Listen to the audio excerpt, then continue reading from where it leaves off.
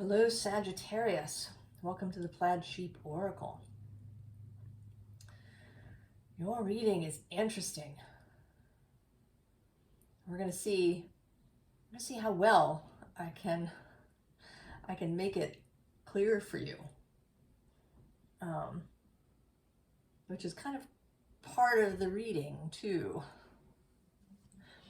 So you wanted, for starters, 2 cards from this Cantigee Oracle, and the first is What the Worms Know, and the second is In the Land of the Vanished. And these are two ways of seeing. The whole thing is about seeing and seeing from 2 different perspectives at the same time.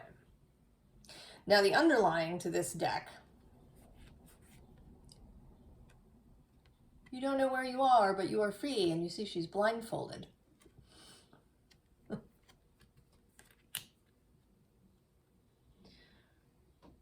So this whole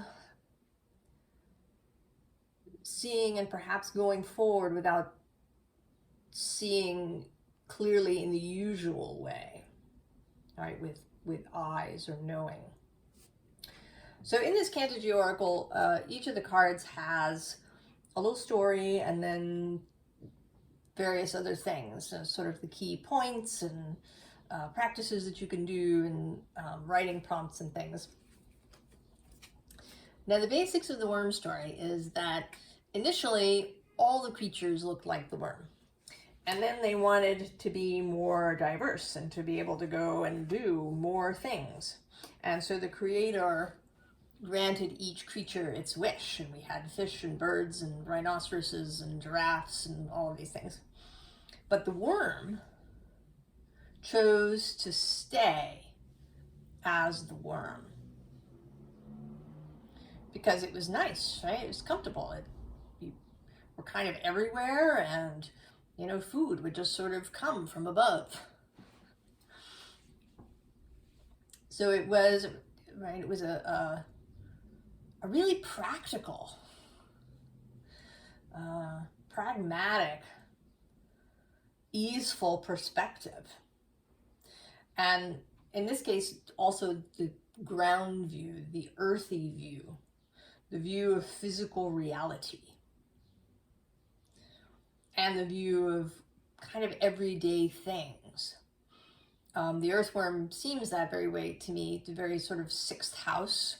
The worm does what it does, and the soil is aerated, and decaying matter is converted, and all of these things. Now, the other card is about going into this place that's beyond, knowing your own divinity, your own source self.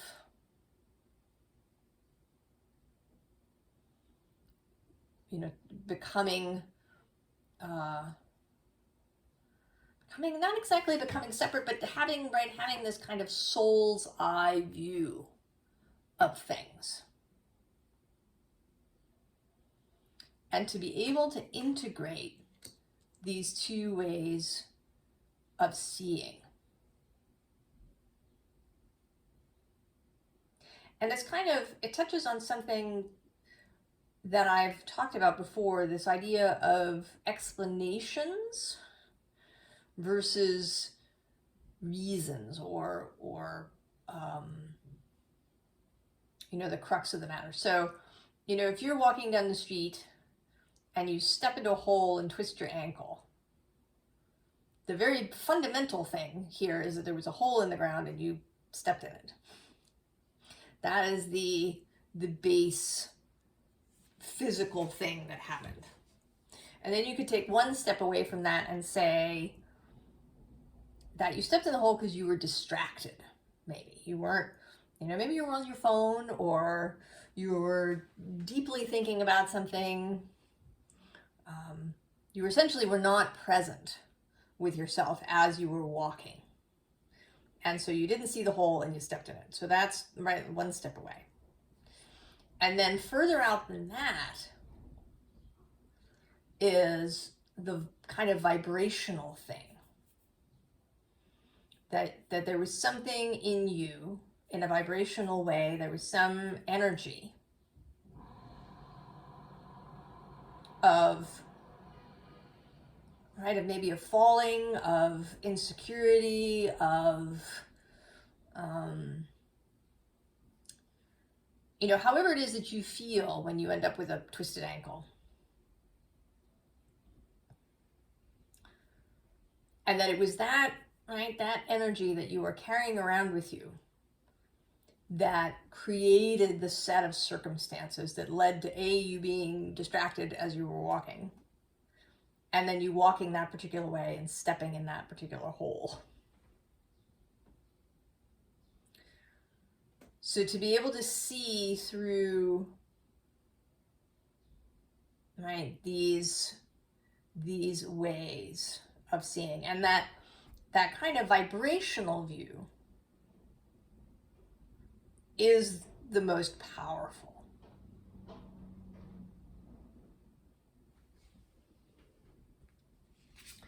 So we start here with you in this strength card. You're surrounded by your fellowship, your guides, those that are with you, your soul family. And you are, right, you're on, I don't want to say on a precipice because that implies a drop. Well, there's a little bit of that, but you're on a threshold. I think that's the word I want. And you're getting ready to move. But before you can move, and the two cards underneath it are the Ten of Fire and the Ten of Air. So these two tens. And there is a sense of completion with this, right? That what is past is complete. But they also have their own particular meanings in this deck. This Ten of Air of being able to step out of the group, right? The starling leaving the murmuration, as well as being able to be in the group. You know, can you do both? And then this Ten of Fire, which for me is both about the community, right? There's all these candles. And there's going into the woods by yourself.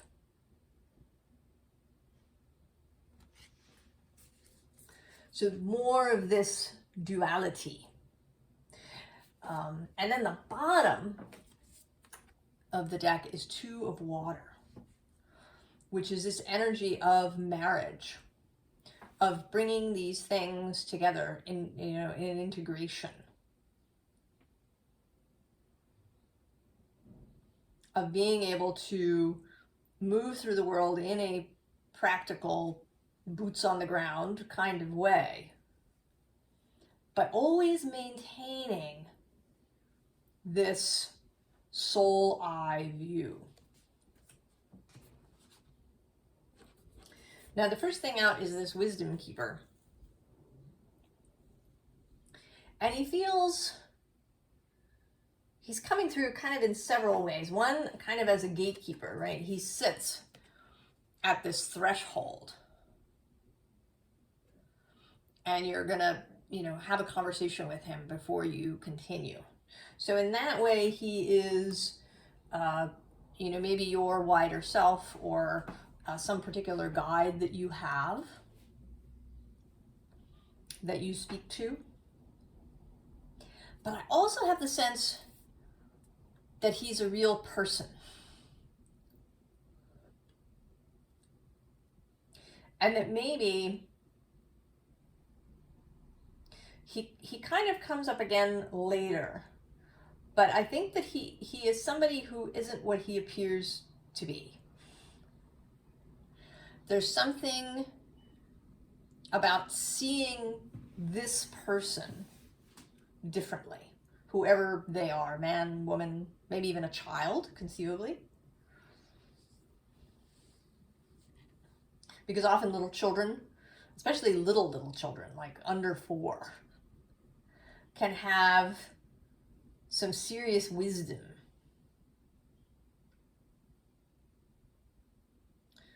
So there's something about another person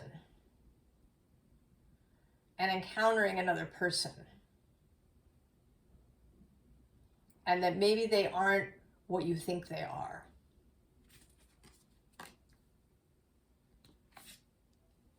So we have the 3 of Earth, which is kind of reiterating this practical perspective. We have, you know, the horses and their, you know, munching on grass and bluebells. But then there's also, right, this spirit horse, right, the chalk horse of the downs. That is this soul eye view, kind of the, right, not what a horse is or looks like, but what a horse be, to quote Terry Pratchett. That this is always present.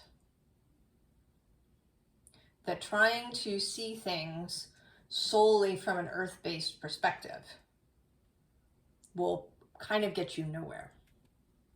You're not going to get the whole picture.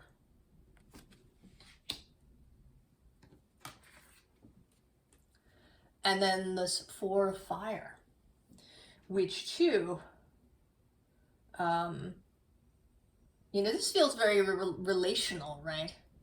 That there's, you know, there's these little fox kits and their mother, and this, you know, smoke rising from a home.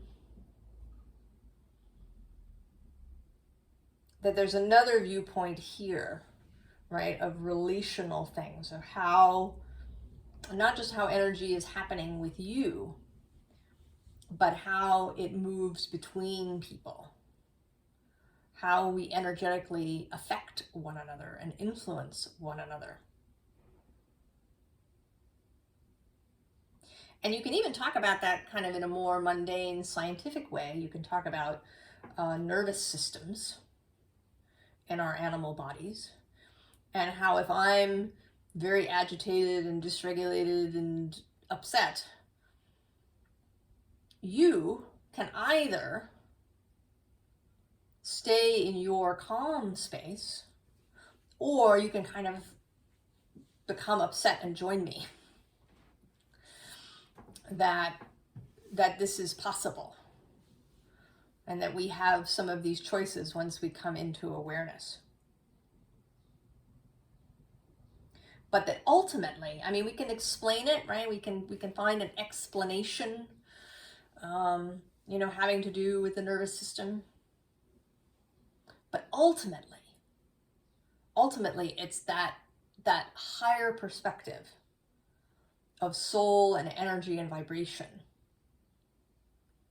that will give a more, I don't want to say a more complete picture, but a view that allows for change that's effective. And so we have this messenger of fire who is standing at the cliff top looking down. All right, fire and energy. And clarity here, there's a scarab and a sun on his shield.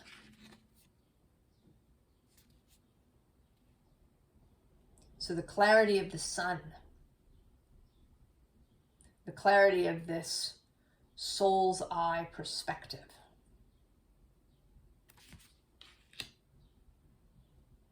Now you're going to need the earthy things, right? Because then you know, once you're inspired by this, once you see and feel in this energetic way, you are going to be inspired to take action in some way.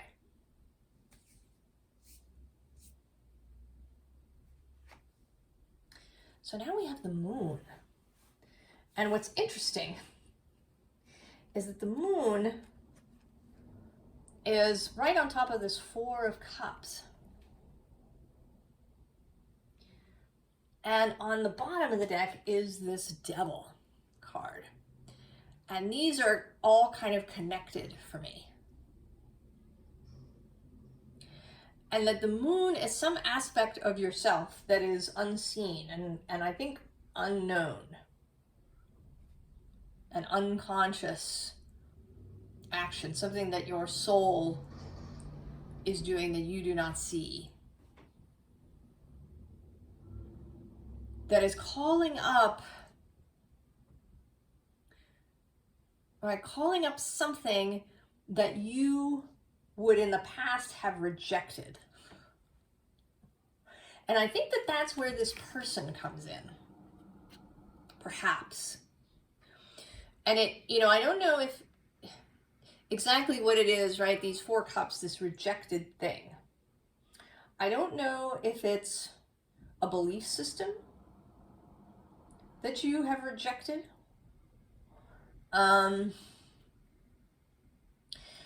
There is kind of a, do I want to call it a backlash that exists against the idea of,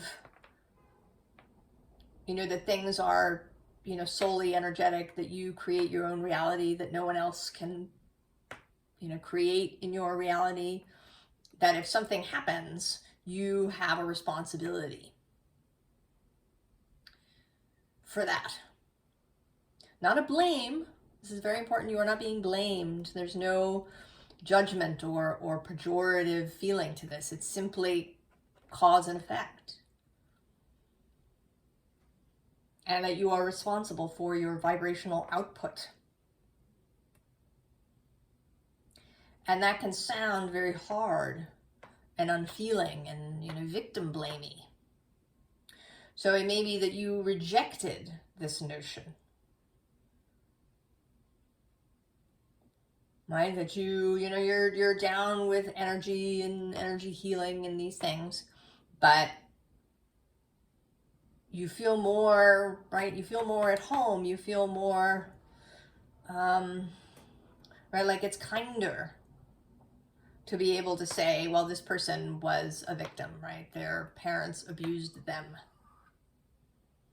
right? This is the cause and effect.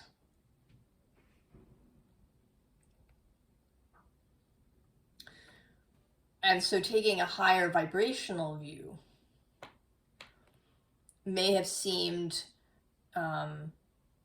unkind or toxic. Everybody, right? We like that word toxic.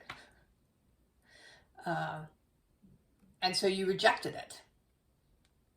So that's one possibility, right? That something about this viewpoint, this soul's eye view of things that you have rejected in the past. And then the devil, right, is sort of symbolic of all of those things that, that we find painful around that. But I think it may also have something to do with this person. Maybe they espouse these ideas that we as individuals have all of the power to change our own lives. And that if we focus on that and not on what other people are doing and maybe, theoretically be doing to us, that we'll be in better shape.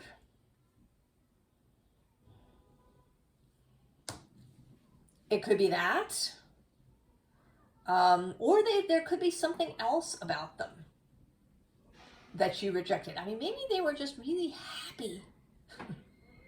Those people, right? Those people that are, sort of like Pollyanna, right? Who really do see the beauty and the light in everything and are just filled with laughter and cheerfulness all the time.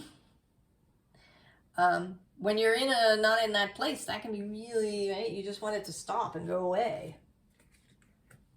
And here's your soul calling to that. And so first we have this Herald of Pentacles who seems a little bit distressed, right? Kind of appalled, actually. Like, his mouth is hanging open a little bit. He's like, what is that about? What is my soul doing now that this is coming into your awareness? But you're not alone. Because we have the Two of Cups repeating. Your soul is with you. Is you. So you are calling to this energy. And so this is another thing, right? Combining these two views of you as this human being and then the soul self and how you integrate these two things. Right? With this Nine of Swords, that your soul is there. Now, your soul is with you, but they're not going to come down and be at the same level, right, as all of these swords with you. They're going to maintain this, right, angel wings perspective.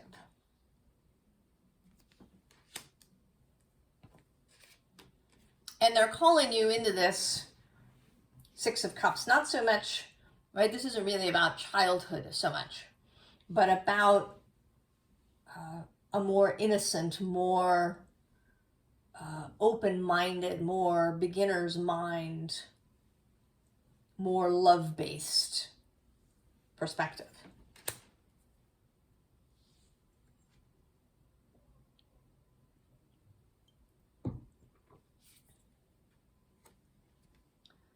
Right, the lamb.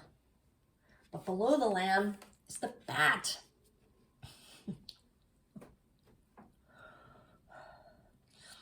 So again, there's a sense, right, of a very childlike view, of a very gentle view, of a happy, sun-filled view. And then there's the bat who sees in the dark.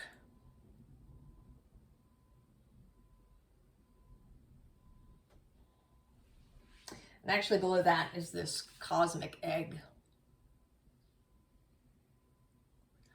that I want to say here is a truth. The truth of reality. That it is these many things. That it's never just one or the other. It's always both.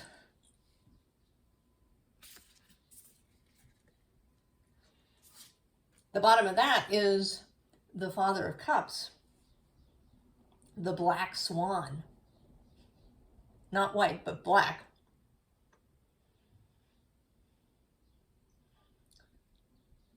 Emotional maturity, the ability to hold more than one truth, right? To hold the paradox, to emotionally hold the paradox without being overwhelmed by that.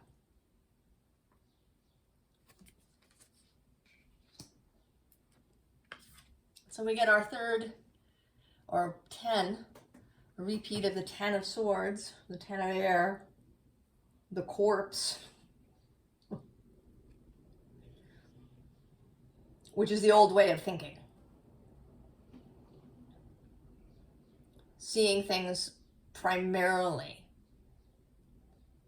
from this physical perspective.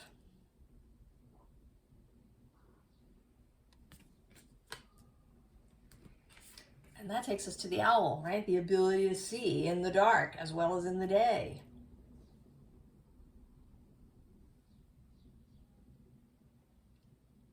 Owls are nocturnal, but they also fly around during the day. Right? It's not like they are, turned to stone during the day. The yes and. And when you can hold this perspective, that all of this confusion, all of the, and that was actually just 2424 on the counter, if that means something, or 66. All of the confusion, all of the conflict that maybe you have with your daily life, with other people, with your own mind, all of that conflict settles, and you get this 8. This inspiration coming in. real understanding and fast moving energy that is going to bring change, inspired change.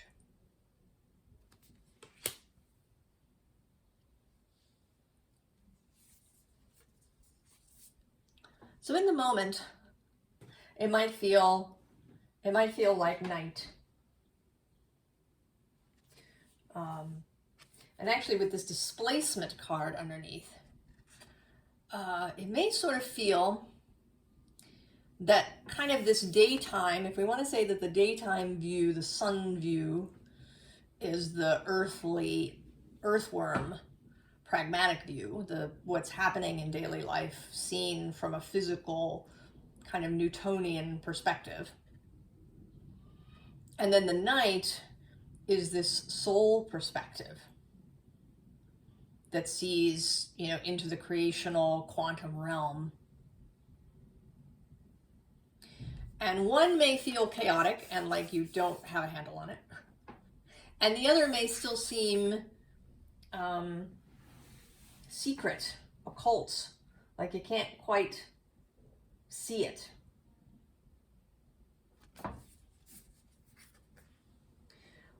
But I think that's going to come with practice, right? Once you understand this notion of the two views,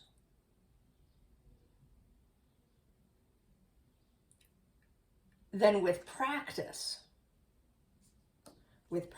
you will find this direction that's at the bottom of the deck. You will find direction. You will commit to this new way of being. Sagittarius is associated with the Knight of Wands. There is this knightly idea of going on a quest, on a geas, to have a mission and to be dedicated, to make a commitment to that. And that is to living life in this way, to seeing in this way. And then we have bond, which I think is mostly about you and your soul.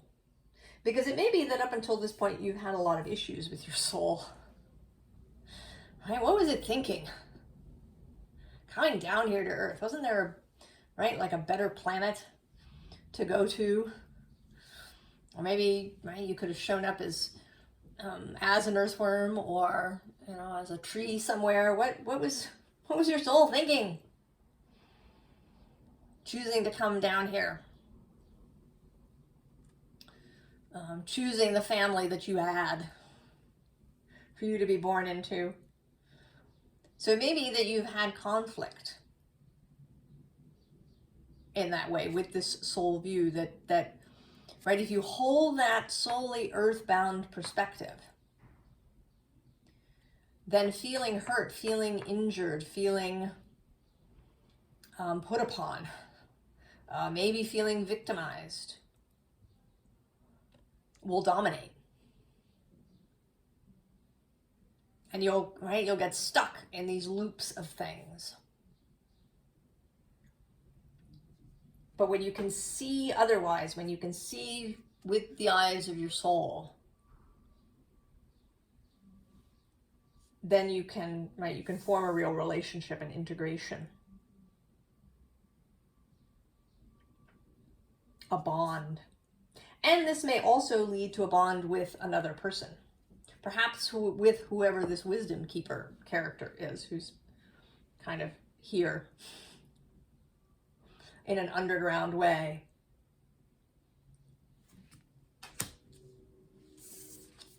All right, and then we have balance. The ability to feel secure, right? To feel stable in the world. And then with the caching, kind of the ability to, I want to say to move forward, right? To begin accumulating new experiences, maybe new relationships, new ideas, new desires, and perhaps even new stuff.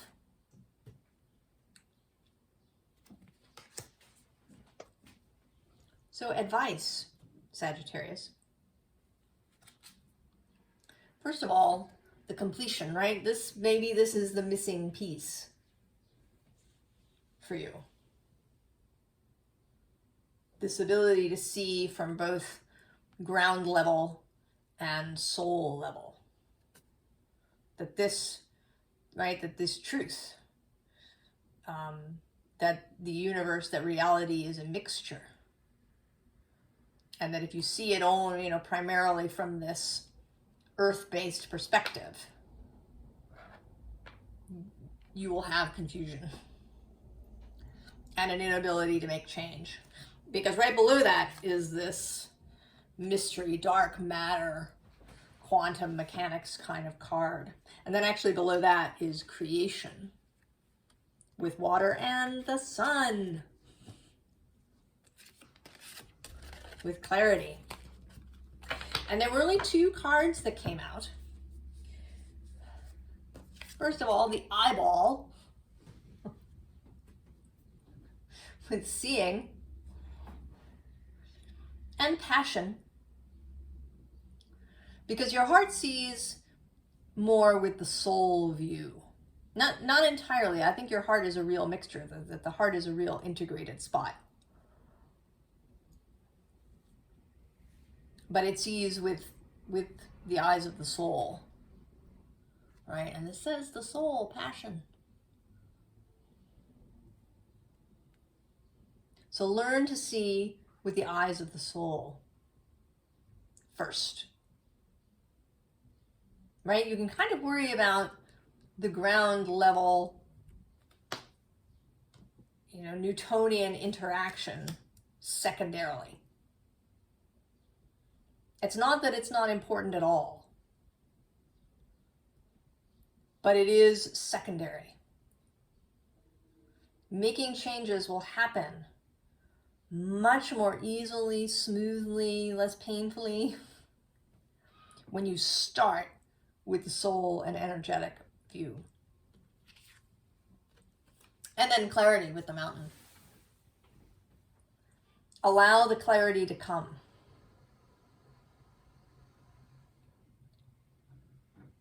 And it may be that it's coming in dreams, in meditations, in contemplations, in times when you're, you know, doing something else.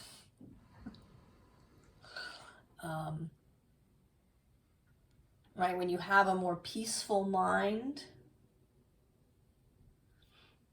that the clarity will come and that you will see the truth of it. The truth of this soul perspective.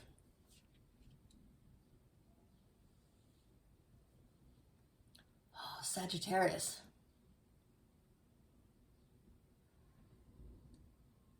I think that you're really ready for this, and that you maybe just need a little bit of encouragement, right? Because your soul is calling you to really embrace the energetic perspective, to get your energy right first before you move. And I know that with fire, I have an Aries sun. It can be, right, you want to move. Action is kind of built in. But so is fire. So if you can line yourself up, get into alignment with what it is that you want, whether it's a thing or a person or a solution to something, for something to resolve itself without you having to hammer at it. Get into alignment first, however you need to do that. I wish you the very, very best, Sagittarius, and I will see you next time. So long.